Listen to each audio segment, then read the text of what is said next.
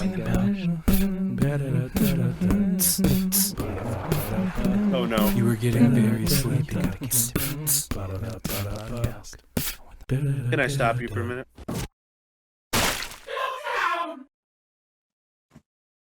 Welcome back to Milktown.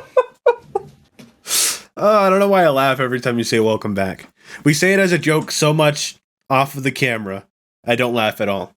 As soon as we start recording, you say welcome back, I'm like, fucking please. For real. And what you guys don't know, a little behind the scenes extra for you, a little DVD menu bullshit.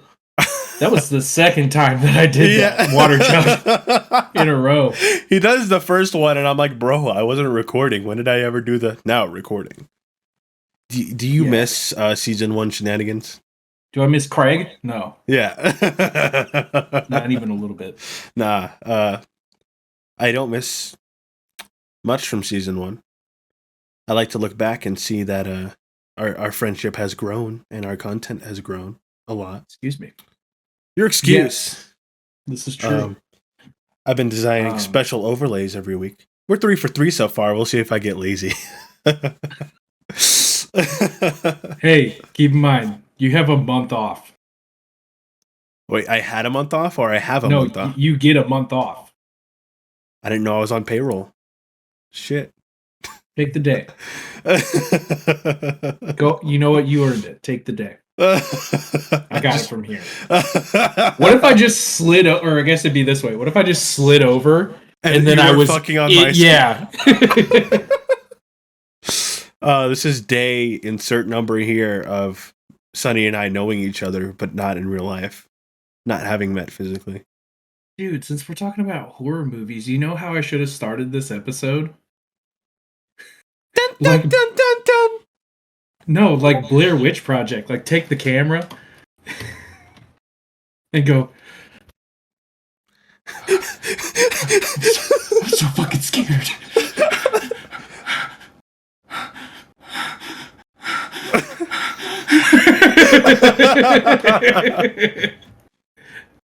Oh my god. I thought you were going to pick up your camera and go, my name's Zach Baggins and welcome back to Ghost Adventures. Oh every fucking, not to change the subject too far, but every fucking girl I've dated has low-key had a crush on Zach Baggins. What the fuck's up with this guy?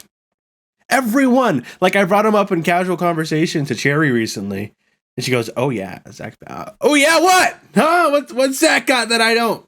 I talk to myself for free. Here's the shade, and I'm gonna go ahead and just right at you. That dude looks like a ventriloquist doll designed by Chris Angel. That's facts. That's all I'm saying. That's fucking funny. And I look like I sell cigarettes off of a highway in Kentucky. I look also, like nostalgia. I hear me, maybe through you. Oh, thanks for letting me know. Yeah. I'm sorry, I just like you blasting in my ears, bro. Joke's on you, I'm into the weirdest thing you could have said at this moment. That's disgusting. Well, yeah.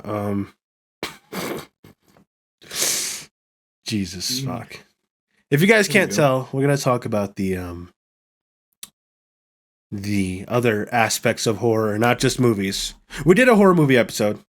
I'm gonna put the little iCard stupid thing. Yeah, there's gonna be a card, and it's gonna be. Oh! You can't see my hand. Oh yeah, it's gonna be in that corner over there. Up this way. It's the Milktown That Dreaded Sundown that didn't do so well the first time. So if you guys want to hear us talk about horror, that's fine. That's a season 1 episode, right? It is. It's a season 1, so it's a non-visual episode, which I understand. Wow, yeah. On this platform. Another thing that we did for that episode is on my YouTube channel. There is a 2+ hour long video where we tier listed like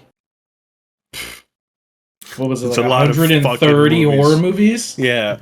So we talked about movies, is what I'm saying, and today we're talking about the other aspects, such as Zachary Baggins. Apparently, is So, you know what? I do want to talk about ghost hunting, but first I want to say something about this overlay. I love like I'm gonna not say the book titles that way in case someone tries to come after the font.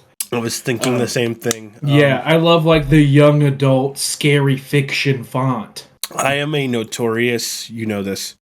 So I have a graphic design degree. I use it for pure fucking evil. Fuck capitalism. I am the biggest fucking thief. I will wash your watermarks clean. I'll alter your shit just enough to be like, well, actually, it's just an interpretation of what you. I am such an asshole when it comes to design. So, fun fact. But another thing I want to say about this layout is this fucking tree. Or hold on, gotta get used to tilting my hand the right way. This is tough. Okay, this tree. It reminds me of. Technically, it's kind of a scary movie. Okay. It's not, because it's super funny and like for kids, kind of. For kids is scary. That Yu-Gi-Oh dub. Woo-wee. All right. But it reminds me of the tree, not exactly, but it reminds me of the tree from Ernest Scared Stupid. Okay. I thought you were going to talk about a tree from a certain book. It's a tree that gives people things. Oh, no. Can we say book titles? I do like Shel Silverstein, though. Yeah, that book, really sad. Yes, it is. But no, Ernest Scared Stupid. That it's funny that you brought up like interpretations, because that just makes me think of interpolation. And Ernest Scared Stupid is like a perfect interpolation of what horror was at the time, and like a very good parody of it, while also being something completely original and a cool idea. Like the horror elements that are present in that are not like the most original thing. Like, yeah, there's elements that are kidnapping. There are elements that are body horror. There's spiritual horror. But the way it all mixes together is super cool, and I dig that. And also, the way that you stop Trantor, the bad guy who lives in the tree, is with milk. I still hear me.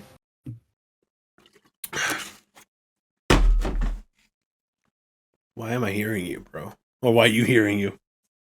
Maybe I'm already dead and I'm just getting picked up on the EMF.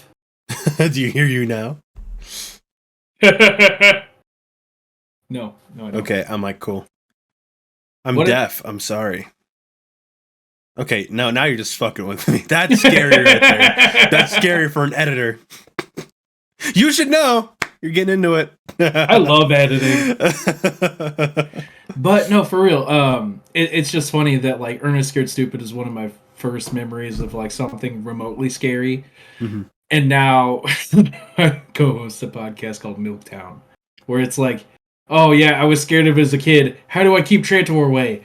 I make a town of milk.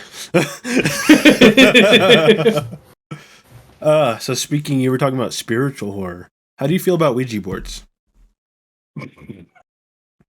I think Ouija boards are so funny because you know who makes Ouija boards? Who? Milton Bradley. Yeah? Milton Bradley manufactures Ouija boards. So every time someone's like, oh, it's super scary, it's a Ouija board, and I'm like, it's no different than a Candyland board. If anything, the art on the Candyland board is scarier. Okay? Oh, yeah. Those candy swamps. Dude, sugar, when it gets hot, super burn you status. So my mom has a huge thing about, like, don't touch them, don't play with them, don't go near them. And, you know, there's a lot of things as I've grown up to be an adult where I'm like, Mom, you're too hard on me. Like, Grand Theft Auto. I'm not going to go out and kill hookers. I will not touch a Ouija board. You got me fucked up. When it's time to stalk those bitches, I leave them in the back. Someone else can touch it. I'm not even like a spiritual religion. I don't care. I don't want that bad. I don't need any more bad mojo fucking following me home. I will not touch it. I messed with spirit boards. Actively get the fuck out. Where's out? I don't know where out is. Like the planchette. the thing that you move around like yes, Yeah. no, MAYVE, Saturday Night Live. The It's mitochondria is the powerhouse of the cell.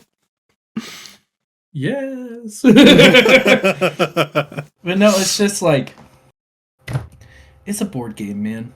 It's no different. It's like analog fucking phasmophobia. You know what else gets like a bad rap, at least in the Christian community? Dungeons and Dragons. They're really hard on like their students, kids. I grew up in it, so I know to like not play D&D.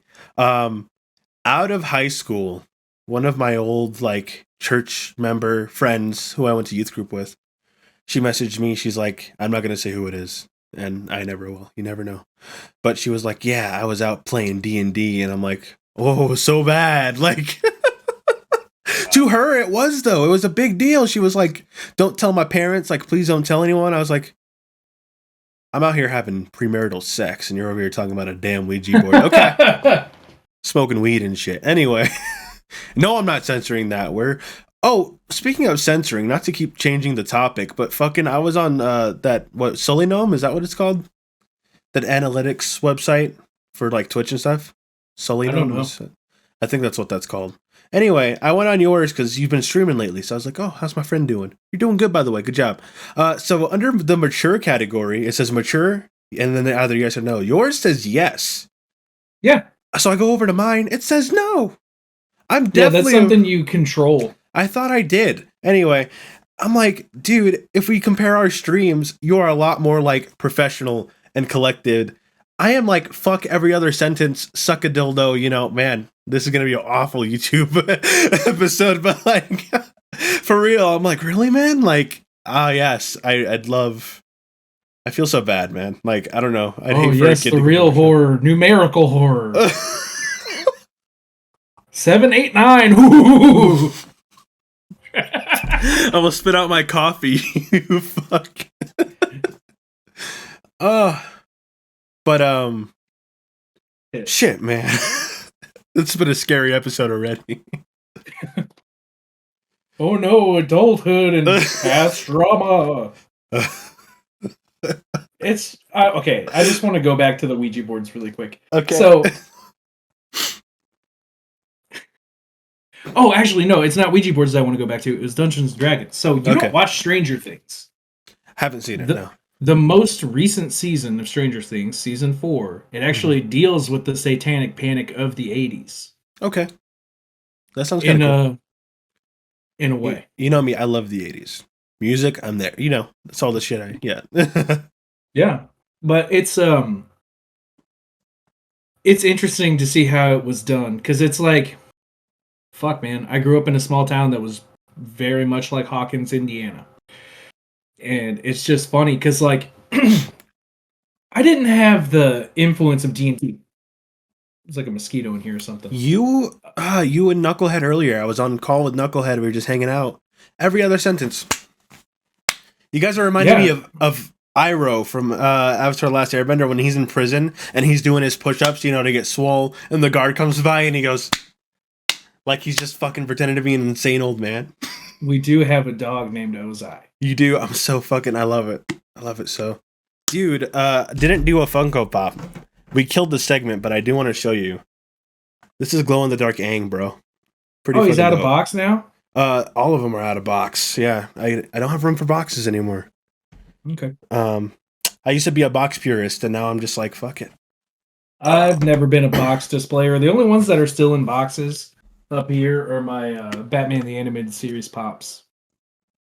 And that's not because of any particular choice. They just display well like that, and I've got hockey pucks next to it. And they provide tension so the pucks stand up well. So... But yeah, I didn't have any D&D influence growing up. Same. It wasn't until I left for college that I even really got interested in D&D. But ironically enough, the town that I went to college in was like not even bigger than the town that I used to go to on weekends. So it's just funny that that's how it played out. But yeah, so talking about horror, I do want to, speaking of where I grew up, in high school for my final for it was like the dual credit English class. I wrote a 10-page paper on the history of horror fiction in general. Nice. So it started with it was basically anything that's ever been published. Not so much art. Okay. But like from stories to movies to television, video games, radio serials, stuff like that. So I did a 10-page paper on that.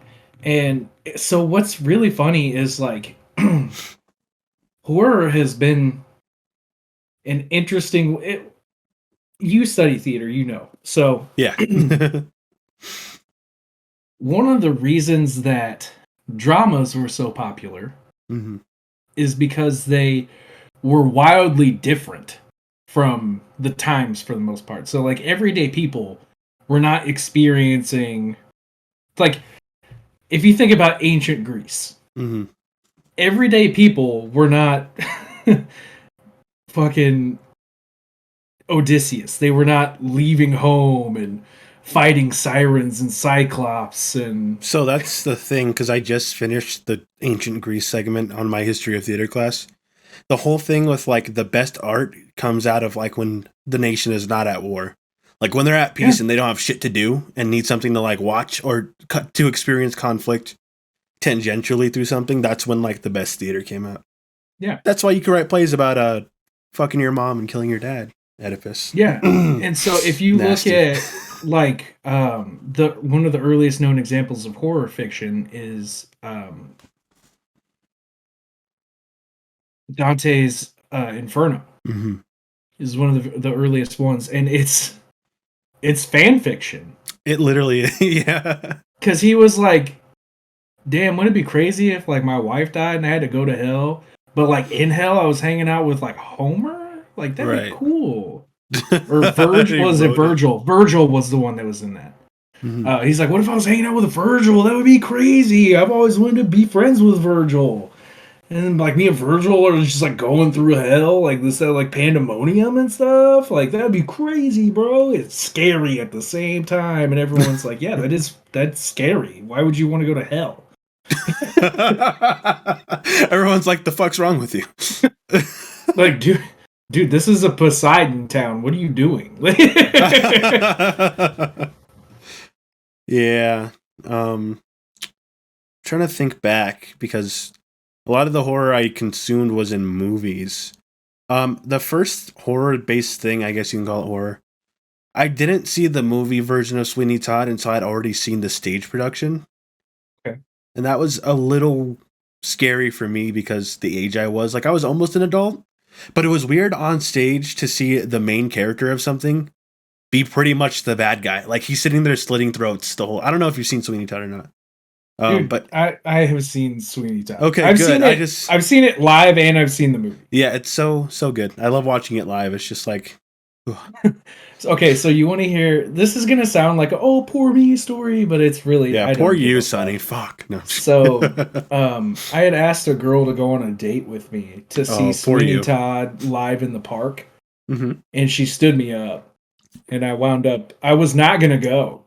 And then I went to my older brother's house, my older brother who passed away. I went to his house, and I was like, yeah, I got stood up, so I'm not going to go. And he was like, take your fucking niece, dude. Don't be weird about it. Like, she's not doing anything. She's never been to a play. Take her. And I was like, all right, whatever. So I took my niece, and we had a great time. Hey, yeah, man. Those 3 years I spent exclusively, like, out of relationships. Or, like, the closest I ever got with my family. Like, when Frozen 2 dropped. This is not horror at all. This is going off the rails. But Frozen 2 is terrifying. Frozen 2 can be terrifying.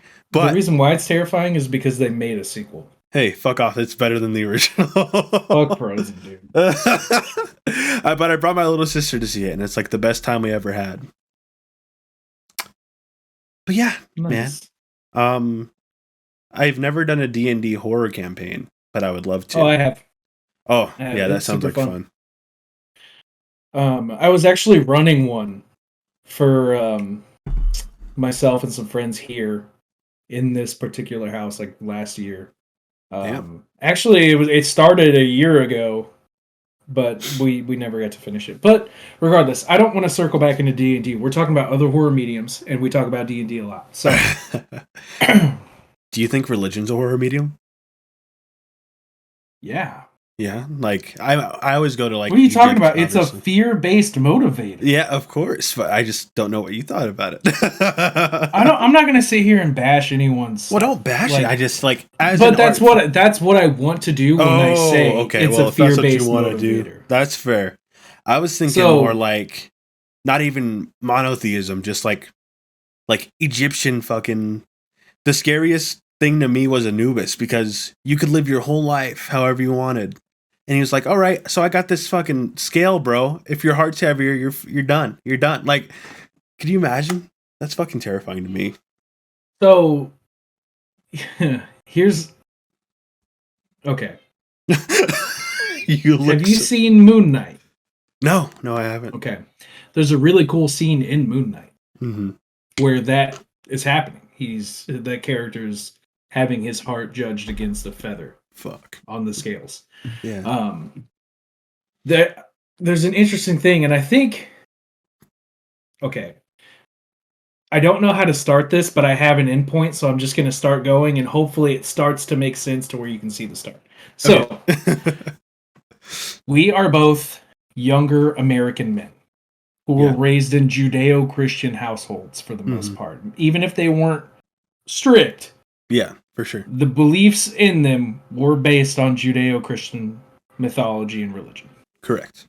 So, one of the ultimate motivators and themes in that religion is guilt. Like, especially if you look at Catholicism, they have a whole process for repenting for your sins and expressing your guilt and trying to alleviate you of that guilt. When not addressed correctly, that's when anxiety comes into play. If you don't know how to deal with the guilt you're experiencing, whether it's from conflicts of the things that you're thinking, or like you've done something that's not in line with who you are and that makes you feel guilty, when you don't know how to reconcile that emotion, that's kind of where anxiety stems from. Granted, there is a chemical imbalance that causes anxiety to be worse, but there are ways to deal with anxiety that come within reconciling those differences. Like, two opposing ideas can be true at once, and you have to be able to reconcile those things. I talked about that in therapy today. Yes. Which I sadly am ending soon, because I can't afford it. But no. That's scary too. But anyway. So, with that being said, we grew up, and I know we had a similar childhood. So I grew up in a household that was Catholic, whereas I was not. And the things that I was experiencing made me feel immensely guilty and anxious about it. I didn't know how to reconcile it. And I used to have eyes on all kinds of religions. Like, what's the thing that works? What's the thing that helps? Because that was what was being told would help me. Right. I wasn't given access to actual reconciliation. Real help, yeah. Yeah, so the thought of having my heart judged against the feather, like, oh, of course my heart's going to be, it's not going to be pure. I'm not a good person. And it's not necessarily about whether you're a good person. It's about whether or not you have any guilt or regrets. Did you live your life to you? Like, the whole process is like, do you regret anything to the point where it makes your heart, it makes your fiber of your being sad to think about? And yeah, if you have issues with dealing with those sort of emotions, like, yeah, that can be super terrifying to think about. Like, I think that's part of the reason why people fear death, is because Judeo-Christian mythology has a very similar practice where, you go to the gates and fucking Michael has the book or whatever. Could you imagine the fucking line on it? And it's getting longer every second. Yeah. Holy shit. By the way, there are more people on Earth now than have existed ever. Did you know that? I did not know that. That is interesting. Yeah. I never even thought about it. Like that rings true out loud. I just never gave it any thought. Yep. That actually happened like a couple of years ago. I want to say like 12, 15 years ago. But regardless, that whole process can be terrifying if you don't know how to reconcile your emotions. And emotional horror, emotional distress is another subgenre of horror fiction that you can get into as well. Mm-hmm. And we actually talked about this in the last episode. That's why I like Jordan Peele so much. Ah, okay. Is because he's really good with emotional distress. Mm-hmm. And Stephen King is too. Oh man, Stephen King is good with emotional distress.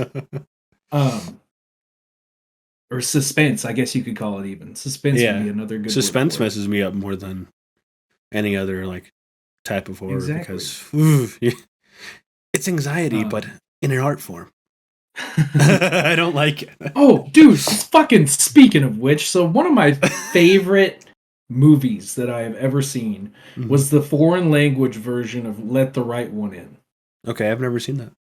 You probably shouldn't watch it. Oh, okay. Yeah, you just based on things that we've talked about before and even earlier in the episode. You probably should not watch it. Maybe not. Yeah. Shit. If you think you can handle it, there is no active scenes of abuse, but the aftermath of said abuse is addressed. Okay. I mean, I could probably. It's really good. Yeah. It's really disturbing and it's really suspenseful, but they remade it like 2008, I think, with Chloe Grace Moretz. They made an American version when she was a Chloe Grace girl. Moretz. God damn, she's just everywhere. Now they're making. I saw a trailer for it the other day. They're making it into a TV series, and it's like the tagline said like, fatherhood means something different to him, and if you watch the movie, you'll be like, don't paint him as the fucking good guy. That sounds gross out loud already, but alright.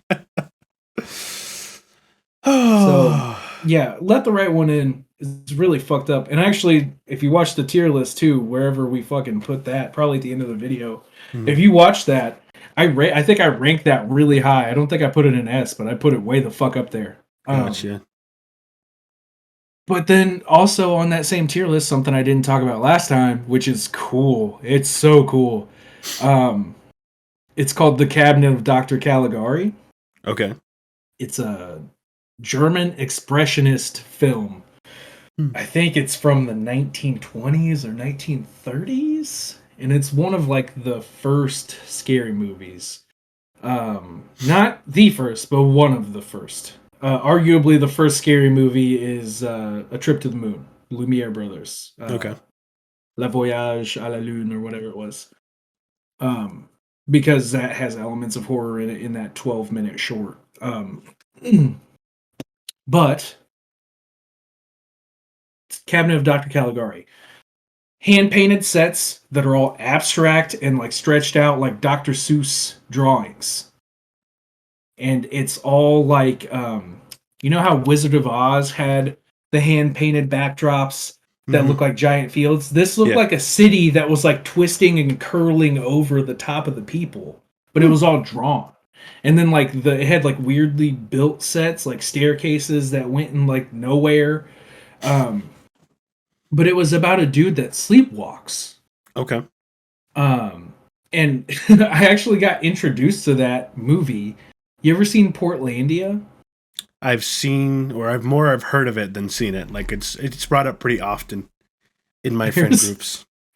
There's a really funny skit in Portlandia where Fred Armisen is trying to get Carrie to watch The Cabinet of Dr. Caligari, and he's like a mailman. He's like, "Oh, have you seen it? You'll love it."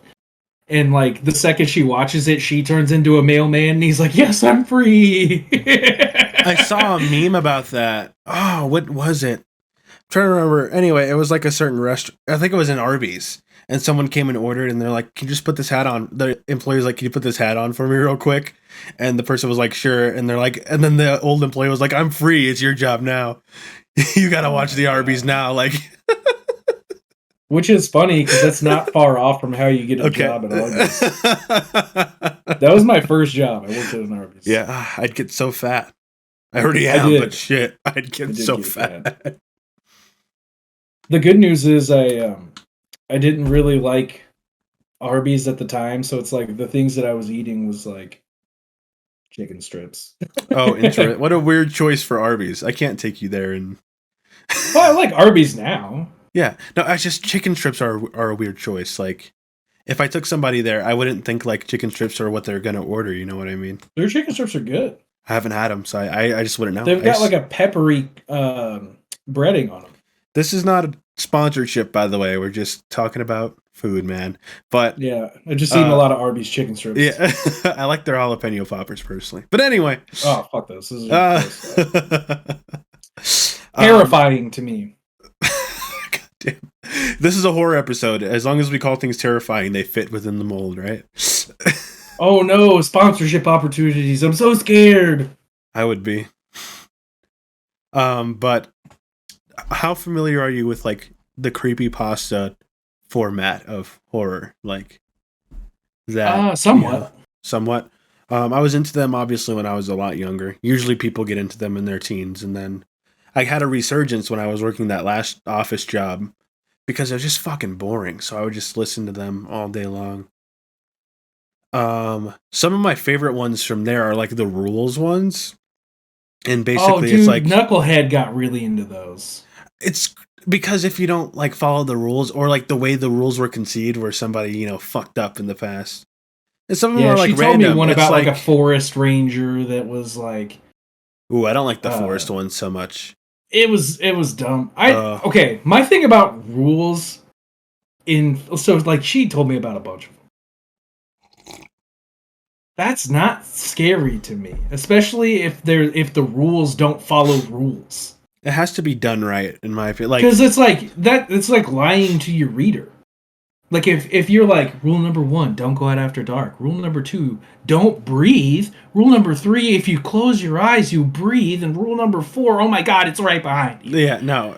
Like that's not rules. That's just like that's lazy writing and it's lying to your audience. Like I said, it has to be done right. My favorite one, it was by Lighthouse Horror, or at least he's the one who read it. He's like a newer horror person, like in the genre. But he's a really good narrator. All of his stuff is really good. This is not a sponsorship, but I do like that guy. So, it was a movie theater one, and they were like really weird rules. It was like, don't open theater number 3 under any circumstances. So that rule freaked me out because people could go into theater number 3 and watch their movie like normal. But while they were watching the movie, you could hear like people pounding on the door and screaming like there was a fire.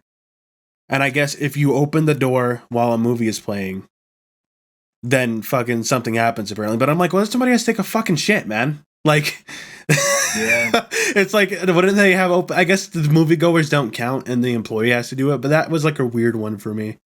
But there was a trippy one where it was like, if you walk out of a room and suddenly notice nobody has a shadow, go back to the room where you had a shadow because. And so they kind of like went into depth on that one. That fucked me up. Now I always make sure I have a shadow everywhere I go. So apparently it's like nobody has shadows. And if there is a shadow and if you let it touch you, you're done. You're doo-doo water. You're garbage. Fucked me up. So now I always make sure I have a shadow. I think I'm all right. Oh, wait, wrong arm. Look at that. No shadow. Oh, well, it looks like you're fucked. No shadow on the wall. Yeah. But that one was more, I liked it because it's the good storytelling. I'm not gonna spoil the ending, but it was actually very emotional. Hurt my feelings. I wish I had thought ahead to the point where I had something planted behind me that was scary and it just progressively revealed itself throughout the episode. Right. That's very fucking I don't. And don't look for it because I don't have it. And I know I just said I hate rules. Rule number 1, I don't have anything. He doesn't have it. I believe it. That's very... I mean, you can argue... And here, there's some face-like thing up there. Those are 2 stuffed sloths. Everybody's looking now, dude. You fucked it up. I know. I really wish I did. It'd be smart. That's very Mandela catalog of you. But behind me, the scariest thing is outside. Right. The thing behind me that's really scary is Super Mario, who is now being voiced by a lovely human being. I hate that. Dude, so I think it's tomorrow they're doing the direct. This isn't really horror, but it can be if you think about it. And it's just going to be about the movie. Yeah, it's just going to be about the movie. There's no games being announced. It's just going to be bad. Everybody was like, "Oh yeah, let's go." Hey, it's me, Mario. And like everybody's fucking posting memes about it. Hey, it's me, Mario. And me, Bowser. He's getting yeah. Yeah, Black is Bowser. He's one half of Tenacious D, right? Mm. Yeah, and I think Keegan-Michael Key is Toad. He is. Yeah. That's scary. I'm surprised Chloe Grace Moretz isn't in the fucking movie, because God forbid, that's what scares me. God damn it. She's in everything. She's in the newer Carrie movie that I don't care for as much. She was in Amityville Horror. Was she? Ryan Reynolds. I didn't know Ryan Reynolds had any horror credits, dude. Yeah. What is he in besides Amityville? Blade Trinity? Oh, that makes sense. Yeah, I guess that makes sense. But what were we? What was I going off about a second ago? You were going off about there's nothing. We were talking about creepypastas. Yeah. And so the rules ones I enjoy. I've had the more impactful ones aren't even scary. They like make you emotionally unwell at the end, or like emotionally distressed. At that emotional horror. Yeah, those are the good ones in the genre, in that medium. I love listening to it. I'd never read. Maybe you should. You say stuff. I do. Yeah. I don't know. I don't want to get into that though. I don't know what the permissions are anyway. Like if obviously you have to ask the writers, right, or whatever. But yeah, I don't want to get into that. Like that's just not my bag. I could probably do it convincingly, but I think I would have if I were to start creating something that had elements of horror, I think I would be better behind the camera or playing like a villain, like a masked villain, like a full body and mask villain. What are you trying to say? Are you calling yourself ugly? No, I have tattoos and stuff. Like, if I were ever to do on-screen work, I would immediately be like gas station attendant number 2, biker number 4. Like, I would never have like like I'd never be Michael Johnson. I would be fucking inmate number 7. Inmate number 7. It's kind of why like I dig voice acting so much. Just because then I could also like one of the things that I really wanted to do was I want to get into creature sounds. Okay. So like D. Bradley Baker, Frank Welker, those type of guys. I would love to be able to do creature sounds. I think D. Bradley Baker's doing. I keep going off topic, but the live action Last Airbender that's coming out. Oh, is he doing Momo and Appa and everything? Yeah, I think so. Yeah. Sick. 90% sure on that one. Speaking of horror, how about that Last Airbender movie? Am I right? By M. Night Shyamalan Ding Dong. Did you ever watch the trailer for his new movie coming out? No, what's coming out? Cabin at the End of the World. It looks awesome. I've never seen it. No, I've never seen the trailer. I should say. So we should live react to it right now. If you want to pull it up, I'm gonna have to. Yeah. No, it's okay. Well, I'll show you after the show. Okay. You seem very not easily intimidated by places. Like, if somebody told you to go spend the night in, like, a abandoned hospital, you'd be cool. You'd be down. Because you already play with Ouija boards. You know, you don't really care about rules stuff that much. That's, like, those are the prerequisites for, like, spend the night here for $1 million, you know? Yeah, it doesn't fucking bother me, man. Really? Yeah. But if someone goes, hey, spend the night in this abandoned house, they've established, with the word abandoned, they have presented to me that no one will be there. Granted, like, Okay, let me go back a little bit. If this was like a Mr. Beast type thing, where he was like, "You stay in this abandoned house, you get $100,000, but for every hour you stay there, we double it," and I'd be like, "Okay, bet," because I know he's had people scout the location, right, and make sure that it's like not dangerous to be there for the most part, because he's not gonna risk getting a lawsuit. So I'd be like, "Yeah, absolutely, whatever." He might have actors come in. That would be where the problem is, because I'm about to box your actors, sir. If someone comes in dressed like a ghost, whatever. Someone comes in dressed like a mass killer, whatever. That doesn't bother me, because like, where in real life? Right.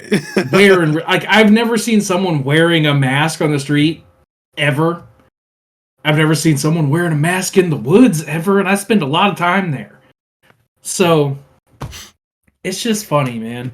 Like, if someone came in dressed like a zombie, I would absolutely lose my shit and fist fight them. Yeah, because that's not your deal. Actually, I think it depends on how well the makeup is. Because in person, I think from a distance, if I saw it, I would be like, okay, that's makeup. I would be like, you need to stay over there or I will beat you badly. And I'm not playing. Like, this is for your safety. Right. Stay away from me.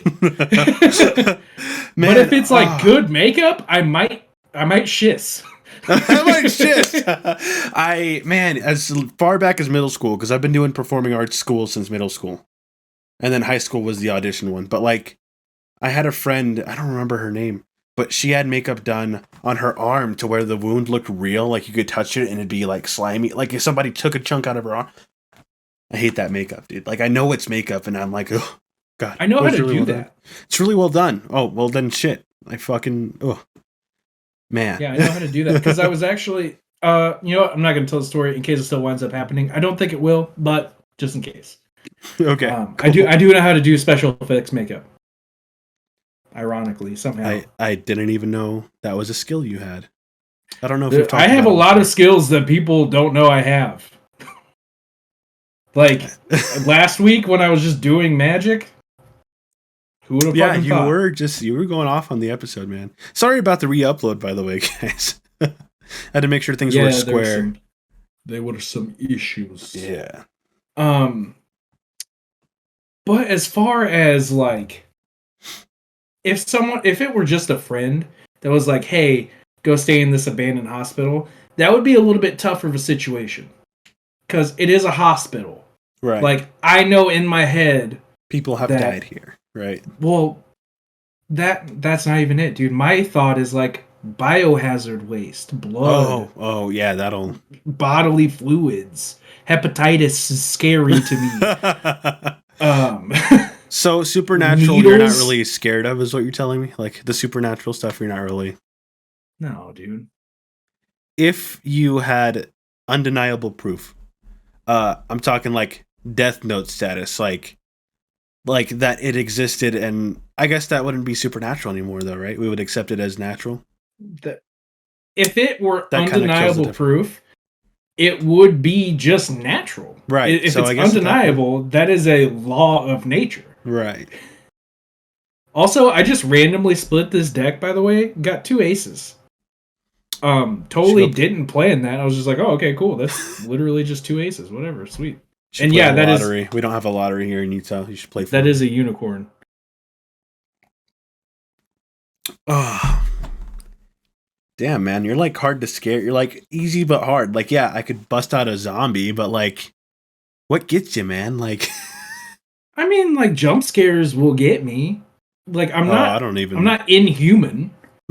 Like, I react to stuff, but I also, like, all my fears are mostly, like, I'm afraid of birds, I'm afraid of snakes, I'm, like, throw a chicken at me and I'll piss myself, like, there you go. Really? Yeah, I didn't know you were afraid of birds. When I was younger, I was afraid of birds. Wow, Cherry loves birds. You guys would, like, not get along in that sense. Bailey and I have a friend that has a pet bird. And he kept threatening to bring it over for D&D. And I was like... Threatening?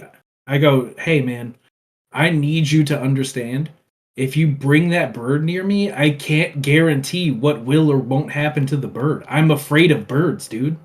Yeah, for And sure. he was like, "Are you serious?" And I was like, "Yes." I'm like, "I need you to understand. Do not bring that fucking thing here." And he was like, "Okay, man, I'm sorry. I didn't know." Okay. And I was like, "I've been saying it the whole time." Is that why you're in love with the Colonel? Like, because he kills birds. He cooks birds for you to eat. Is that why you're Have I trying to fuck him showed so you the bad? skateboard that's in my closet? No. Oh shit, Sonny's on a mission. Uh-oh. All right, well, I'm going to keep you guys entertained with some updates.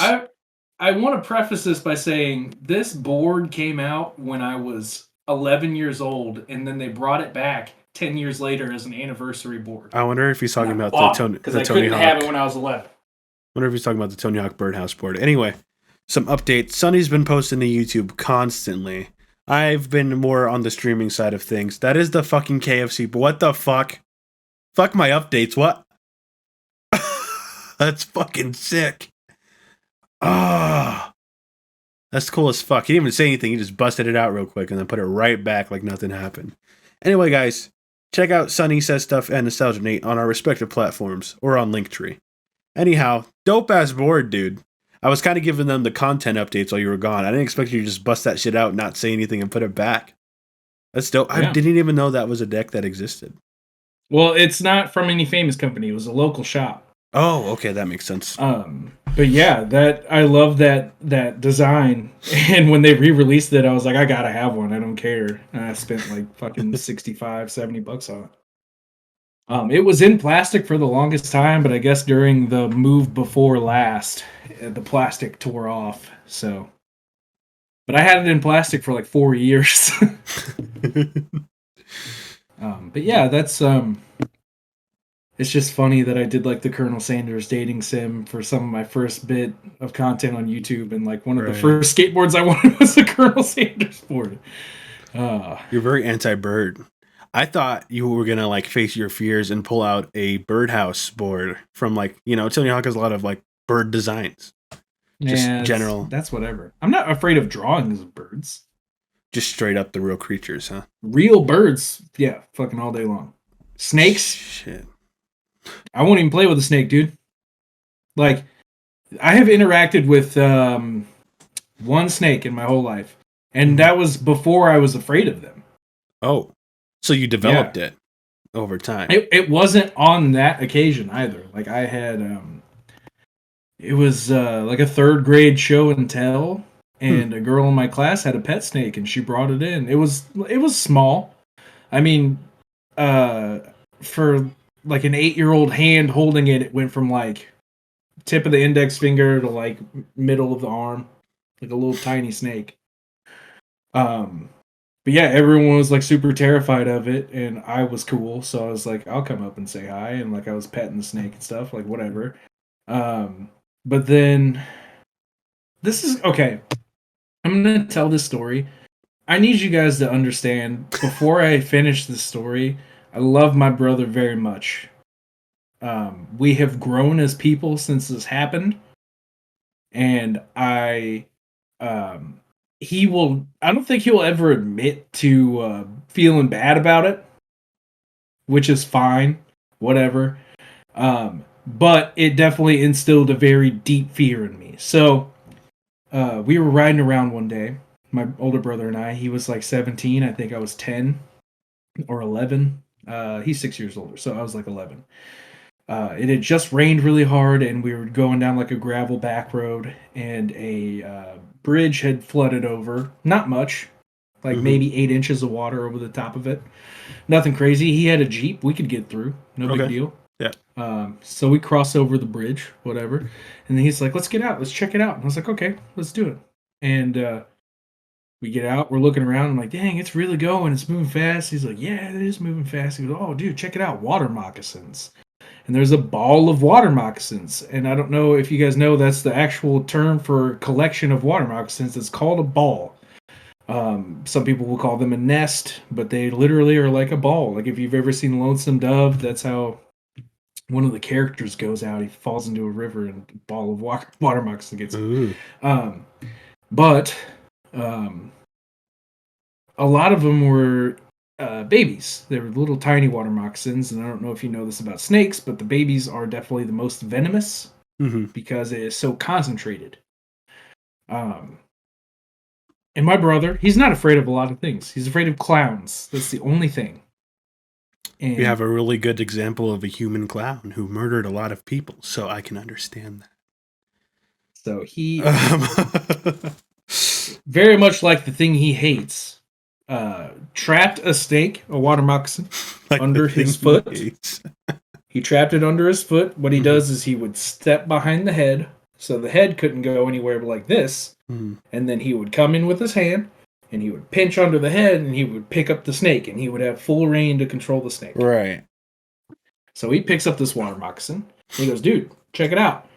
And I was like, that's cool. You should probably put that down because those are like really venomous. And he was like, no, it's cool. I've got it. See? And he's holding it like that. And I'm like, okay, well, you're scaring me. And he, I won't say what he called me, but I'm sure you could infer. Yeah. This was 2007. We were younger. Oh, okay. No, not that. Not okay. that. But the first thing I thought, okay. The first thing you thought. Okay, cool. But he takes the snake, and I turn around. I'm walking back towards the Jeep, and then I feel fly by me. Fuck off! And then I see out of the corner of my eye the baby snake.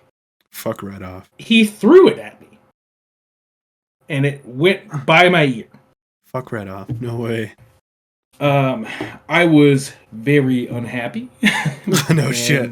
Now I am terrified of snakes, so got that going for me. Like I was disc golfing. Actually, he does this all the time. Every time we go disc golfing and there's high grass, my brother goes, "Dude, snake." And he'll do it at like the perfect moment too, where like I'm like really looking for a disc, and he's like, "Dude, there's a snake right there." And I'm like, dude, Scooby-Doo, feet out of there, man. That's fucked up, man. Like, I'm like, fuck that disc. I'll buy another one. I don't care. I'm out. Yeah. You said the word. It might be here. I don't care. So,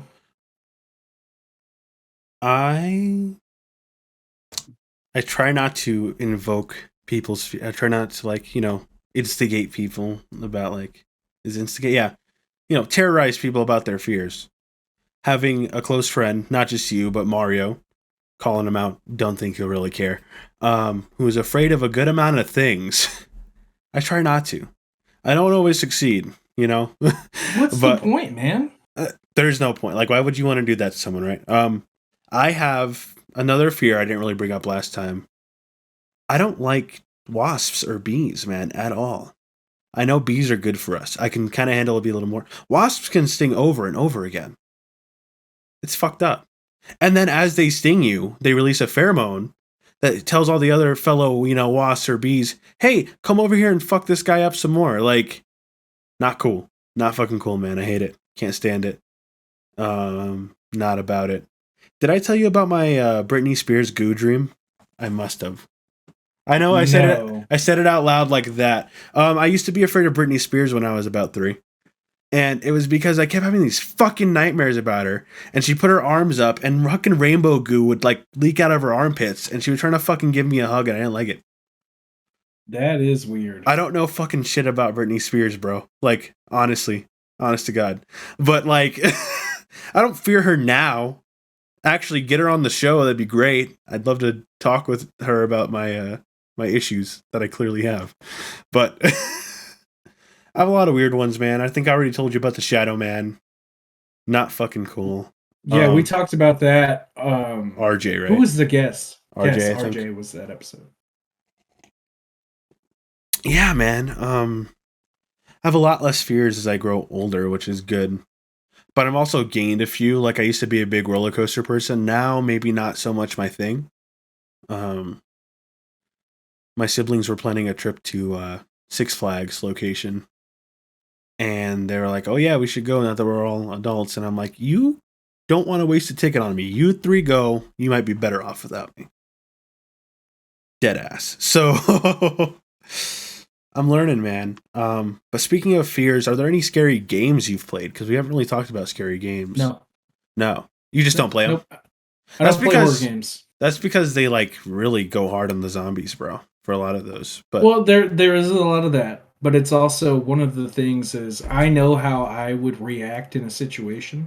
The disconnect between how my brain wants my body to act and how my brain needs my fingers to act and how my fingers need to correspond to buttons. That disconnect is too much and it causes me too much anxiety. I just can't do it. Fair enough. So my first taste of horror game was I have it behind me somewhere. The case isn't very scary or anything, but hold on. I've played it for the stream maybe one time, but I think I got stuck, so I stopped. It's this game. It's called Run Like Hell. It's kind of like a space alien type of thing, but when I was a kid, I didn't know that. It was like a gun game, and we weren't allowed to play shooting games when we were like that age. But we had one snuck in. I don't remember where we even got it from. But we played it, and I was like, this is fucked up. There's a lot of QuickTime events in it, so it's not so much jump scare. There's only a little bit of that. But the QuickTime events, obviously, it's called Run Like Hell, so, you know, a lot of them were not... Some of them were QuickTime, but then some of them were, like, button mashing, and I wasn't good at button mashing then. I'm hardly good at it now. But that was, like, my first experience. The rest of my experiences were not supposed to be scary. Like, Sphinx and the Cursed Mummy, that I talk about all the time. When I was 8, it was scary, because it was, like, the ambiance of, like, being in a temple and fucking undead things coming back to life. It scared me. Yeah.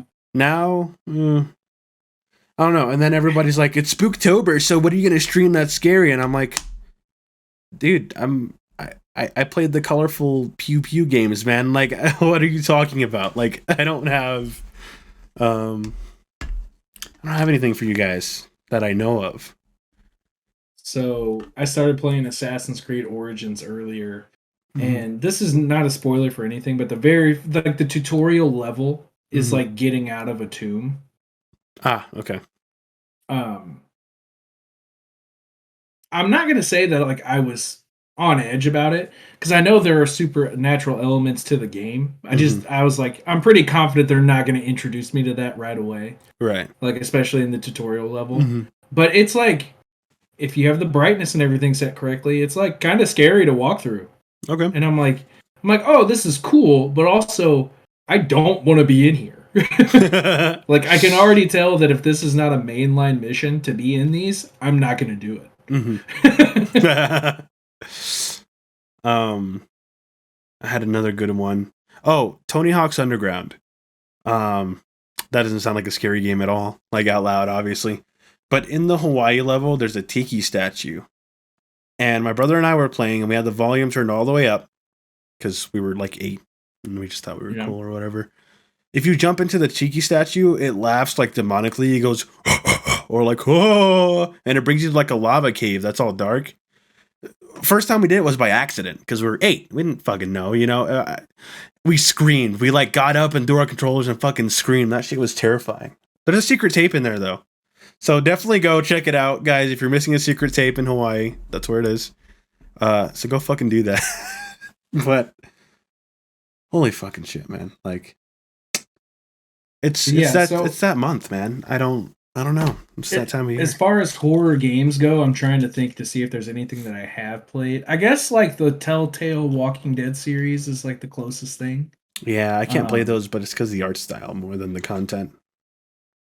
See, I like the art style. I kind of like that it's like cell shaded or whatever. Oh yeah, I'm good. Which is fine. So the thing that bothers me about it is the moral dilemmas that it puts you in.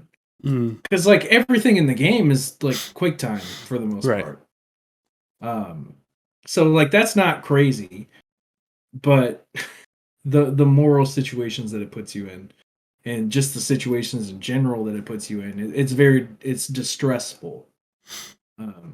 Distressful? I don't think that's a word. It's stressful. It causes distress. Yeah, correct. It's like I felt like a Young Justice when Robin's like, "This is underwhelming." But yeah, dude, it's I don't play horror games. I love horror movies. Obviously, not zombie movies, which Mhm. we touched on that. I don't like zombies. Right. I like horror fiction. I love scary books. Scary books are some of my favorite books to read. Um, I'm not saying it's a great example, especially towards the later seasons. Actually, pretty much anything after like season 6 is like kind of repetitive. But like Supernatural, I used to love that show. I used to Never watch the watched shit it, out of but I know it's a Supernatural. big ass deal to everybody. People really love that show. Watched a shit ton of True Blood too. I loved True Blood. Um, so yeah, dude, like I like horror stuff. Okay, so here's an example. This is not a horror movie, but it causes me so much emotional turmoil, I can't watch it. And it's called the movie Seth Rogen movie. This is the end. Ah, It causes me like a lot of emotional turmoil. Like I know there are funny parts in it, but like that whole movie stresses me the fuck out to the point where I'm like I'm depressed for days. you know what does that to me? And this isn't technically horror either. But this is the reason why I'm not a huge Batman fan. I can't read any of the comics with the Joker in them. He is like a fucked up individual, dude. Like sometimes I'll get Yeah. like things on my social media feed that's like Joker in this, and he's like fucking. And these are sometimes the games too. I don't know what game it is, but he's like pretending to be sick, or he really is like super getting worse and worse and really fucking sick. And then he has Oh, like Clayface or whatever the fuck his name to be fake Joker. I And think it's like Arkham City. it could be. It's fucked up. Like the Joker is fucked up. I can't watch it. That makes my stomach hurt, man. Like I get that's the point. I can't watch it. Like I don't know. I'm a Spider-Man fan, and I can't think of any villain who like really, villains can have their motives and everything, but Joker's just a fucked up individual, man. Like that's why I'm not really a Batman. I did watch The Batman. Pretty good. Also, not a Joker Yeah. movie though. Didn't have a whole lot of Joker in it. So, No, zero Joker, really. well, yeah. But yeah, that's why. No. Actually, you know what? I want to say this. A lot of people can hate on Paul Dano all that they want to. I think he was fantastic as the Riddler. No, yeah, it was But great. I also like Paul Dano. There's a movie. It's so good. It's called Prisoners. It has Hugh Jackman. It has Jake Gyllenhaal. It has Terrence Howard. Okay, see, that's It like an has all-star Paul cast Dano. already. And it is, yeah, dude, it's a really fucking good movie. It's like a suspense thriller. There are some. It's not scary in the way that we think of scary movies, Mm-hmm. but it's really fucking good. It's so good that I used to live in a house with 4 dudes, one of which was my brother, and then the Mm-hmm. dude whose parents owned the house, and then another guy from New York. Okay. And we were all drinking at the time, and we were drunk, and we were in the downstairs den, and they were like, "Let's watch something." And I was like, "Have you guys seen Prisoners?" And they're like, "No, we haven't seen Prisoners." And I put it on, and we're all hammered, and we watched this. Like, no one passed out. We're all drunk, invested in this movie. Okay. And they got done, and they were like, "What the fuck? What the fuck?" And I was like, "What don't you understand?" And then they were like, All of it. "Okay, let's go back to this part." And I was like, "All right." So I walk up to like our whiteboard calendar, and I erase everything on the calendar and grab the dry erase board, and I was like, "Class is in session." And I'm hammered drunk, giving a lecture on how this movie lays out, and they're like, "Oh my god!" So, we've kind of deviated from the topic of horror a little bit, much like these are my all- septum. Your septum? Is that what you just said? Deviated septum. Fair enough. Okay. Well, we're not that far off. I mean, all of entertainment has elements of suspense, right? Or horror. Like some of the scariest stuff to me isn't even in the horror genre. I don't like watching things where I see the hero exist long enough to become the villain. Like Injustice 2 did that with fucking Superman, right? And he's like, "I'll by all costs, I'll fucking protect this city," and he fucking goes apeshit. That's scary to me. Fucking Superman, man, like that shit scares me. Like But that's also a lot of the reason why I like people like Spider-Man. If you read some of the comics, he's gone through so much shit at one point where he was just beating the shit out of people, man. It's also why I don't like Tom Holland's Spider-Man. He's too young.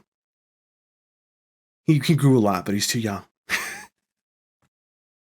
So I'm not even going to get into this. I'm not going to get into superhero stuff because I could give a whole dissertation on what Marvel is doing right and what they're doing wrong. One of the things that they're doing wrong is they just fired their director, or the director for the new Blade movie left. I heard about that. And Mahershala Ali is upset with how the script is because right now there's only 2 action sequences.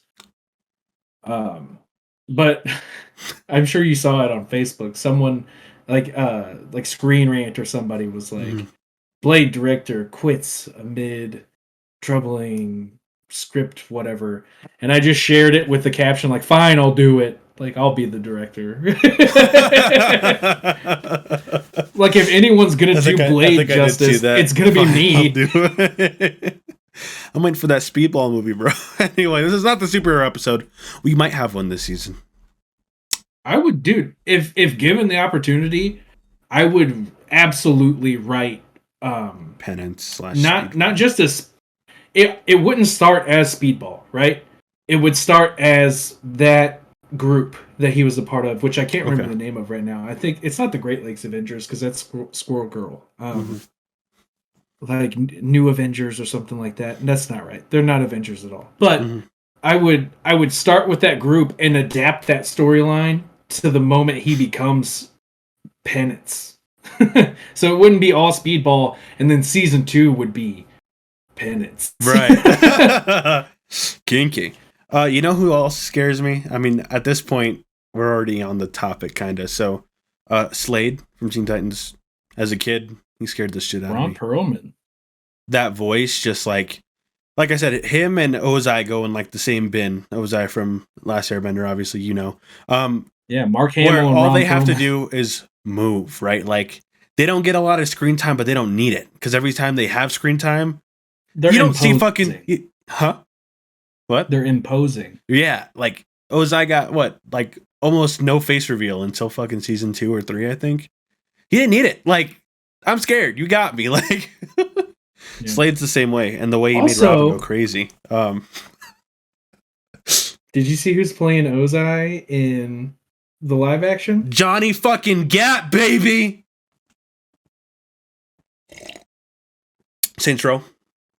Oh, I never played Saints Row. He's Johnny Gat in Saints Row. Daniel Day Kim? Yes! Okay.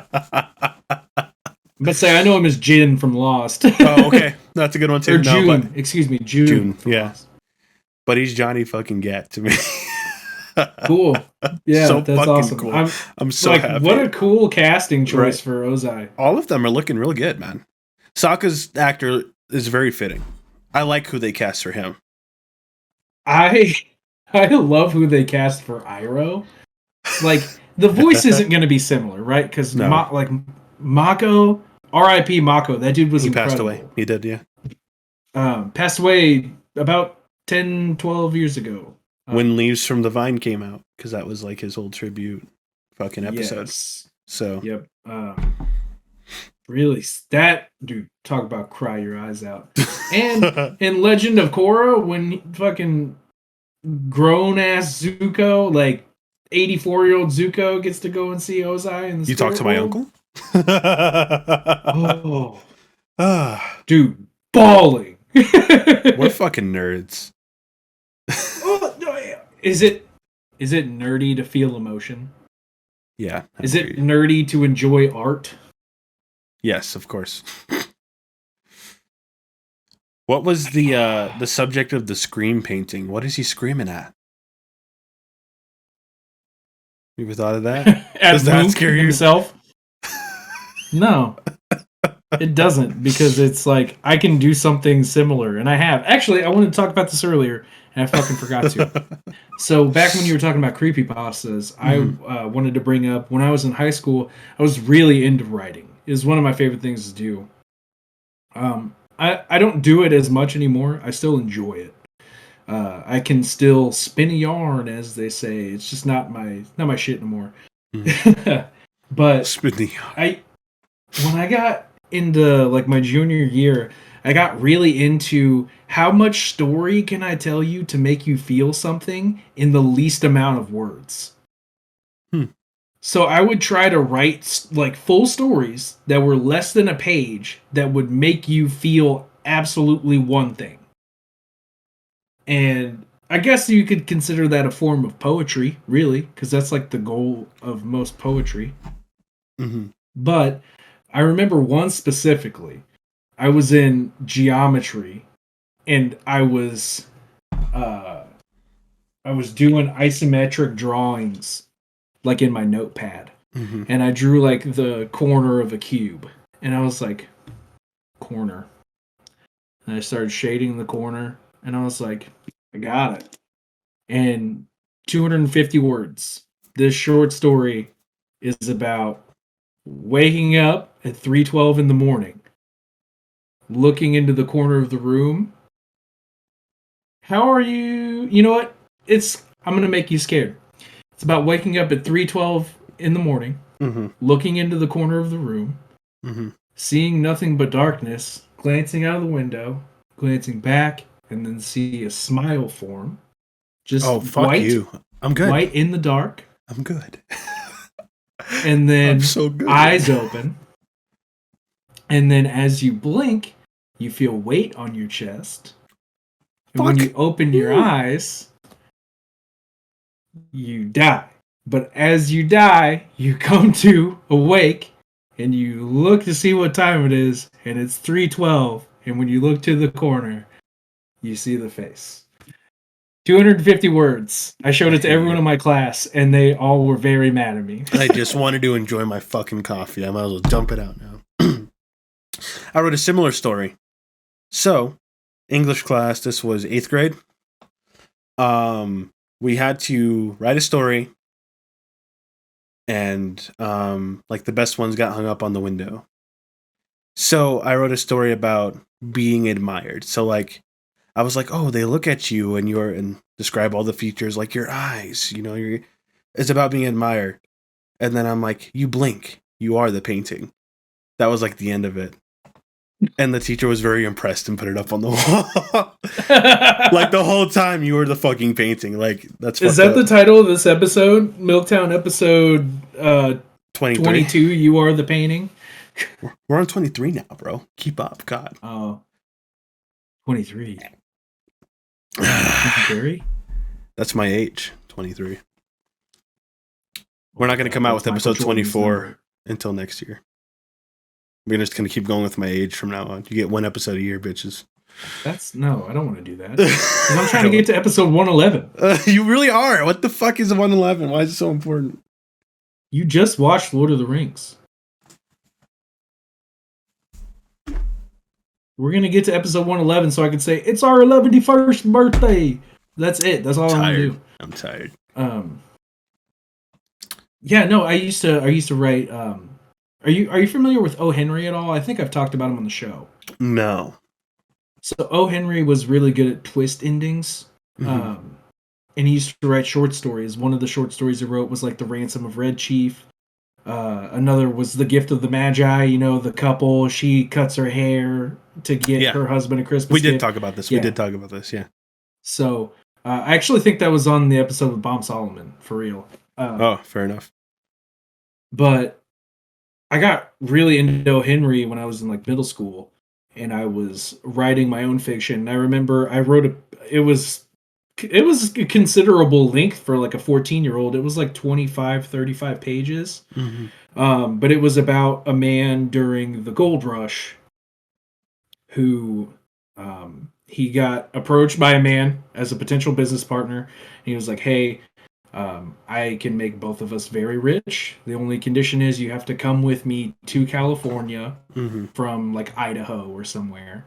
He's like, you have to come with me to California. We're going to be gone for a year. We're going to stay there for a year once we get there. And then however long it is back. I think when I did the math, I think it was like, I want to say like 18 months travel. And he was like, you know what? My family, we deserve this. Like things have been hard. I'm going to do it. So he does. He goes with this man to California, and the whole point of the story is you watch this good man start to succumb to the lawlessness of what was happening during the gold rush. And then the guy that had approached him as the business partner winds up killing him after he finds so the main character finds like a considerable amount of gold. Okay. And the other character, who was already greedy, and this was well established, kills the main character, takes the gold, goes back to Idaho, marries the dude's wife, and lives out his days. And that was the whole story. I hate that. I hate all of that. Yeah, and that would then leave a I bad also taste in wrote my mouth. I hate that. I wrote another one that was so it's an old man sitting on a park bench, and another like young gentleman in a suit comes and sits down next to him, and they start talking and having conversations about like, you know, like what is life? You know, how does it feel to be alive? You feel the skin on your, or feel the warm air on your skin, and like as the story progresses, like the man in the suit slowly transforms into like Satan. Wow. And you find out that the old man is dead. And you also find out that the reason that he's talking to Satan is because during his life he was an abuser. And it was like a really satisfying ending, but it was a twist middle. So similar story, there's a creepypasta that exists also about Satan, but it's more direct. So like it's about this main character guy, and he's about to self-delete, let's put it that way, in a hotel room because his wife has left him for a preacher, for the town preacher or whatever. So he's in like a dingy hotel, and this like teenage kid calls him, and it was like, "Hey man, before you commit self-deletion, why don't you open the door or whatever?" And he's like, "No, like, stupid kid, leave me alone." And then he gets to knock on the door, and it's fucking housekeeping, and it's the housekeeping lady. And eventually he opens the door for housekeeping, but it's not the housekeeping. It's the teenager who just called him. And he's like, "Dude, I'm legitimately like Satan. Let's go kill this bitch. Like, let's go kill this bitch and the preacher who just like ruined your life and took your kids." And so he's like, he goes and does it. Like, the main character goes along with it. And he's like, "Well, what do you want out of it?" Because, if Satan's asking you for something, he wants something out of it, right? Satan's like, "Nah, man, you're good. Like, I'm just doing you a favor." So he kills the wife and the preacher. And the police come, so he thinks he's about to get busted. But the police are also working for the devil, so they're just cleaning up the crime scene for him. And so it turns out the preacher's wife, which was a different lady, was dying of like a disease. And Satan was like, "Okay, we're cool, we're good. We killed your wife or your ex-wife and the preacher guy. Just don't tell the preacher guy's wife like about this." 9 months later, the main character gets a postcard, and it's the fucking preacher guy who he killed holding his wife, who was dying of a disease but not anymore, who was pregnant. So basically, he just helped create like the spawn of Satan, literally. Like, that was the whole point of the story. And I'm like, that's fucked up, dude. Imagine wanting revenge so bad that you end up helping Satan have a kid. I don't like Satan stories because they always end up like that. That's why I stopped watching Lucifer after season 2. It's whatever. I don't know. So I don't think there's a good way to write them. I don't know. I think I did a pretty damn good job when I was 13. Because, I mean, another thing that you have to think about in terms of the devil in Judeo-Christian mythology, at one point he was the favorite, God's most trusted angel. Right. So, yeah, he was forlorn. That's because he doesn't love humans. That's the whole point. God's like, "No, you have to love them because they're like me." Right. And he's like, we are like you, and I love you more than anyone. Mm-hmm. So it's like, that's where the term sympathy for the devil comes from. Right. Where it's like, at one point he was the good guy and he fell from grace. So that's another thing that I don't think people take into consideration too, is like whenever they want to scare people with the idea of hell and Satan, they're like, oh, punishment, bad. Oh no, end of the world. Whereas another way that you can look at it is, you know, maybe you're a bad guy, but maybe you're not a bad guy. You know? So then why haven't you watched Lucifer? You would like it then, if you think that's an interesting way to write him. I just don't have any interest in it. Oh, okay. I'm like, it's a good show. I hate when like one plot line or like one, like something that should be the end of a season is not, and they keep dragging it out for, like, it pisses me off. Oh yeah, I get that. That's what it starts to do after like season 2. It's interesting, all the stuff though, like that happens in between.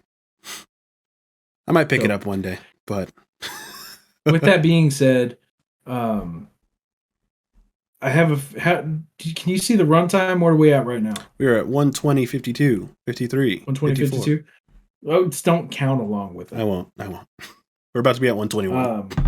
I drink 2 full bottles of water, 3 full bottles of water. I am bursting at the seams. So, I love horror stuff. I would love to talk more about it. And if you want to talk more about it with me, join our Discord. Link is in the description. Check out Milktown's link tree. I almost said ! Discord, but that doesn't work here. We're not on Twitch. Try it. Try it in the comments. In the comments, type !Discord. Yeah. Merch in the store. Spooky season is upon us. What better? Spooky season is upon us, and what better way to support your milk boys than by wearing a werecow? No, that's really dope, guys. And you got to use that code. It is pretty cool. Roll D20. Save $5 off. Roll D20. Save $5. Also, if you enjoyed this video, make sure to leave a like down below. And also, make sure to... Oh, too far. That's good enough. Oh, there it is down there. Make sure to click that subscribe button and hit that notification bell. Smack that notification bell like it's the last person that you're going to see before you create the Antichrist. Like it's a snake. And that'll let you know that we upload. That being a little over dramatic about that, but yeah. Also, subscribe to Sonny Says Stuff because he actually posts consistent content. Also, subscribe to Nostalgia Nate if you haven't yet. I don't post as consistently or at all right now, but that might change. Yeah, I'm trying to blow up. Be out there making all them TikToks. I thought you were gonna say titties, but all right. I actually don't know when the next YouTube upload will be because I had some bad sleep this week. Ugh. Where like I didn't sleep Sunday night into Monday, and then I got home and slept like Monday night all the way to Tuesday, and then last night I was just busy doing stuff, and then tonight I had shit to do. So it's like that leaves me Thursday, Friday, Saturday, and Sunday to come up with something to post for next week. So I don't think I'm gonna have time to create something, so it may be a week before I upload again. I'm also not dead set on the idea of what I'm currently working on. I think it might even be able to wait. Because I posted a picture on my Instagram today. I went and bought some PS3 games. I got, technically it's 5 Assassin's Creed games. Because that copy of Revelations has Assassin's Creed 1 on the same disc. So... Nostalgia Sonny, everyone. Yeah, I'm going to be doing some retro content. Trying not to bite off of JV, his style. I do like his content, but I'm going to try not to bite it as best as I can. This is my own interpretation of revisiting a series that I love from the games that I love out of it, and then playing games I haven't played yet. So, it'll be cool. Speaking of games, I have the Sphinx and the Curse Mummy mod, also known as Sphinx in the Shadow of Set. I put out polls everywhere. That's what everybody wants me to do. Most people who follow me now were not here for the original game anyway. So that'll be cool. Yep. That's what I'm streaming. That's all I got. Let this man relieve his bladder. I'm going to go climb the social ladder. And Sonny says stuff couldn't look sadder. All right, great. He looks up. Are you scared yet?